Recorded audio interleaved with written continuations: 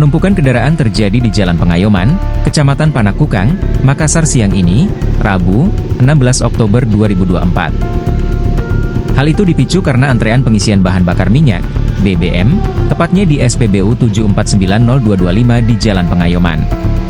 Pantauan Tribun Timur, sekira pukul 11.30 WITA, puluhan kendaraan roda 4 mengantre panjang hingga ke jalan.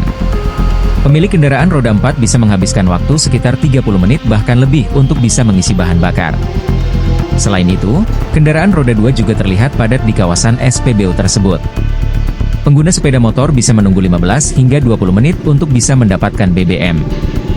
Menumpuknya antrean di SPBU Pengayoman menambah kegelisahan masyarakat, apalagi di tengah terik matahari yang sangat panas.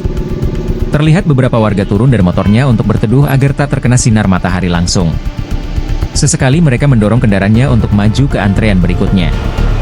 Salah satu konsumen, Fitra menyampaikan, beberapa SPBU telah didatangi namun tak tersedia Pertalite atau Pertamax.